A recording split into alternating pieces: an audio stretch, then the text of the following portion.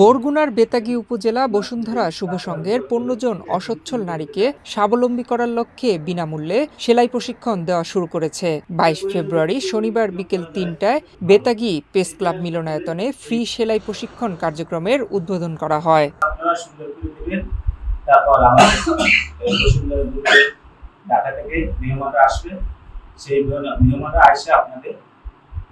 সেলাই মেশিন উপহার দেবেন এবং আপনারা এই সেলাই মেশিন পাওয়ার পর যাতে করে আপনারা স্বাবলম্বী হতে পারেন, এই জায়গায় লেখাই আছে অসচ্ছল নারীদের স্বাবলম্বী করার উদ্যোগে এই কাজ করতে হবে। যারা অসচ্ছল তাদেরকে স্বাবলম্বী করতে হবে। সেলাই প্রশিক্ষণে বেতাগী উপজেলার পৌরসভা ও বিভিন্ন ইউনিয়নের বিধবা, স্বামী পরিত্যক্তা, অসহায়, অতি দরিদ্র ও অসচ্ছল নারীদের অগ্রাধিকার দেওয়া হয়েছে।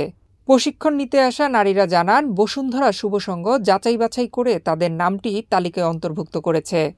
একজন প্রশিক্ষক আছে, আমি ৩ মাস প্রশিক্ষণ করে অনেক কিছু শিখতে পারবো, ভবিষ্যতে অনেক উন্নত করতে পারবো এবং পরিবারের অনেক আর্থিক সাহায্য সহযোগিতা করতে পারবো। এই জন্য আমি বসুন্ধরাকে ধন্যবাদ জানাচ্ছি সবাইকে। বসুন্ধরা শুভ সংঘ থেকে প্রশিক্ষণ নিয়ে কাজ করে নিজের পায়ে দাঁড়াতে চান এই নারীরা।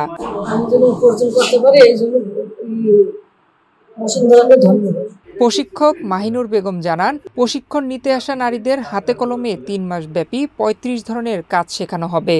উদ্বোধনী অনুষ্ঠানে প্রধান অতিথি হিসেবে উপস্থিত ছিলেন শিক্ষা মন্ত্রণালয়ের কারিগরি ও মাদ্রাসা শিক্ষা বিভাগের সহকারী পরিচালক মোহাম্মদ এনায়েত করিম। তিনি জানান, এখান থেকে প্রশিক্ষণ নিয়ে তারা স্বাবলম্বী হতে পারবেন। হাতের কাজ যদি জানা থাকে প্রত্যেকটা নারী পুরুষ সকলে, তাহলে সে কোথাও গিয়ে সে আত্মবাদকে নিজেকে ব্যবস্থা সে নিজেই করতে পারবে।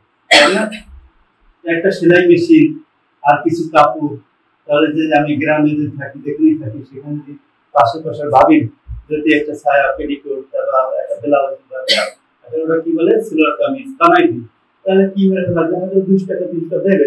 আমার তো আমি ভাত রান্না করলাম, আমার সন্তানকে লালন পালন করলাম, অবসর সময় এই কাজটা করলাম, কিছু করে যদি কিছু ইনকাম করা যায় সেটা তো ভালো।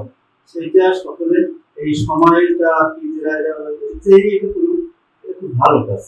এই প্রশিক্ষণ অনুষ্ঠানে সভাপতিত্ব করেন বসুন্ধরা শুভ সংঘ বেতাগী উপজেলা শাখার সভাপতি আলহাজ মোহাম্মদ কামাল হোসেন খান।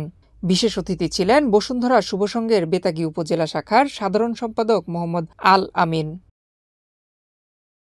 নয়ন বিশ্বাস, বাংলাদেশ প্রতিদিন।